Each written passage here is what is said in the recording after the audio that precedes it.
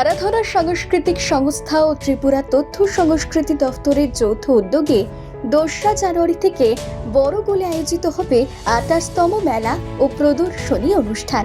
এই অনুষ্ঠানকে কেন্দ্র করে ৩১শে ডিসেম্বর বড়গোলে এক গুরুত্বপূর্ণ সাংবাদিক সম্মেলন অনুষ্ঠিত হয়। এদিনের এই সাংবাদিক সম্মেলনে উপস্থিত ছিলেন সংস্থার সভাপতি রমাকান্ত নাথ, সম্পাদক তথা কদমতলা পঞ্চায়েত সমিতির চেয়ারম্যান মিহির রঞ্জন নাথ, সংস্থার প্রতিষ্ঠাতা সম্পাদক নিহারেন্দু নাথ, প্রদীপ নাথ ও রাজীব নাথ সহ অন্যান্যরা।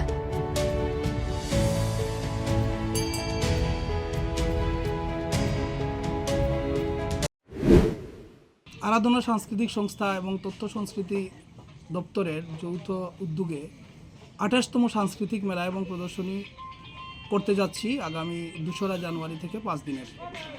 এই উপলক্ষে আজকে আমরা সাংবাদিক সম্মেলন, এখানে আমাদের এই মেলার প্রস্তুতি কমিটির কনভেনার তথা কদমতলার চেয়ারম্যান মিহির নাথ এবং আরাধনা সাংস্কৃতিক সংস্থার সম্পাদক মিহির নাথ উপস্থিত আছেন সভাপতি রমাকান্ত নাথ এবং আমাদের সভ্যরা সবাই। তো মিহির নাথ এই বিষয়ে বিস্তারিত আলোচনা রাখবেন।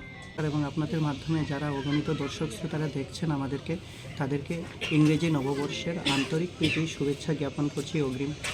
প্রতি বছরের ন্যায় এবছরও আরাধনা সাংস্কৃতিক সংস্থা এবং উত্তর ত্রিপুরা জেলা তথ্য ও সংস্কৃতি দপ্তরের উদ্যোগে বড়গুল মাধ্যমিক বিদ্যালয়ের এই মাঠে আমরা আগামী ২রা জানুয়ারি ২০২৬ ইংরেজি শুরু করতে চলেছি আমাদের ২৮তম বাৎসরিক সাংস্কৃতিক মেলা ও প্রদর্শনী অনুষ্ঠান।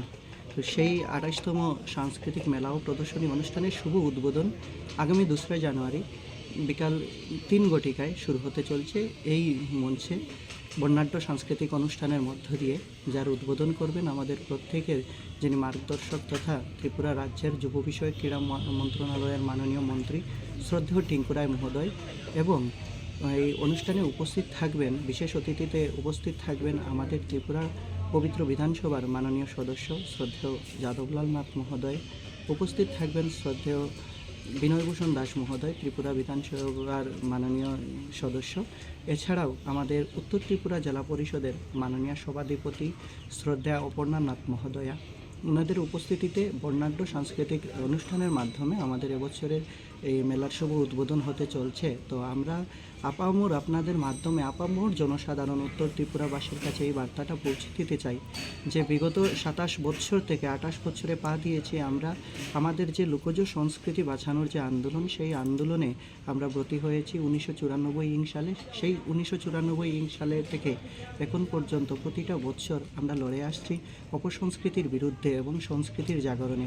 সেই লোকসংস্কৃতির জাগরণে আমাদের ২৮তম বর্ষতে যেন প্রত্যেকটা মানুষ আসেন এবং জাতপাত ধর্মবর্ণ নির্বিশেষে আমাদের মেলা প্রাঙ্গণ যেন মিলনতীর্থ হয়ে ওঠে, তার কামনায় আপনাদের প্রত্যেকের মাধ্যমে আমরা আমন্ত্রণ জানাতে চাইছি আমাদের আসাম, ত্রিপুরা সহ আপামর যারা আপনাদেরকে দেখছেন তাদের প্রত্যেককে।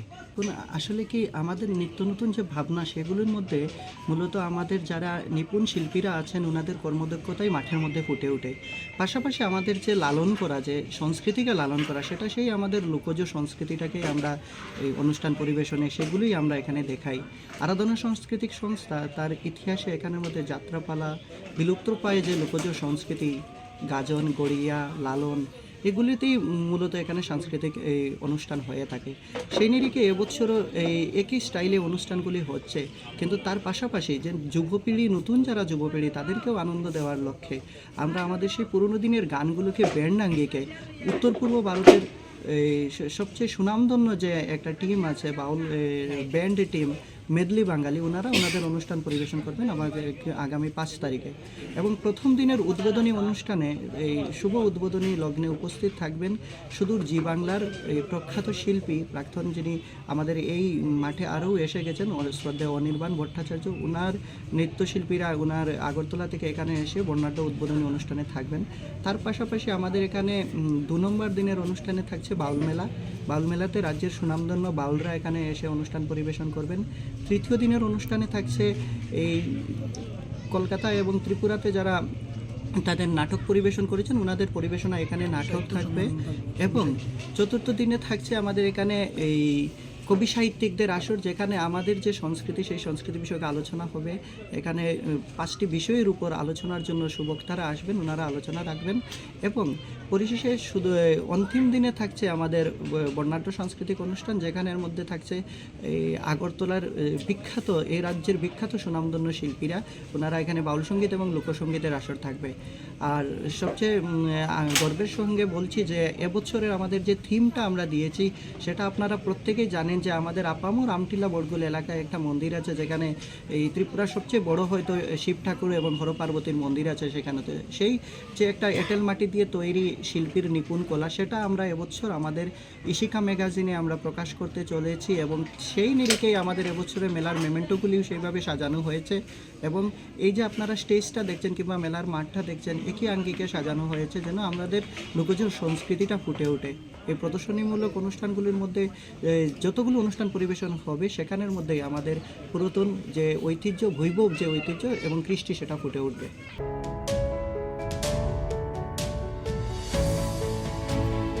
Bureau report, voice 18।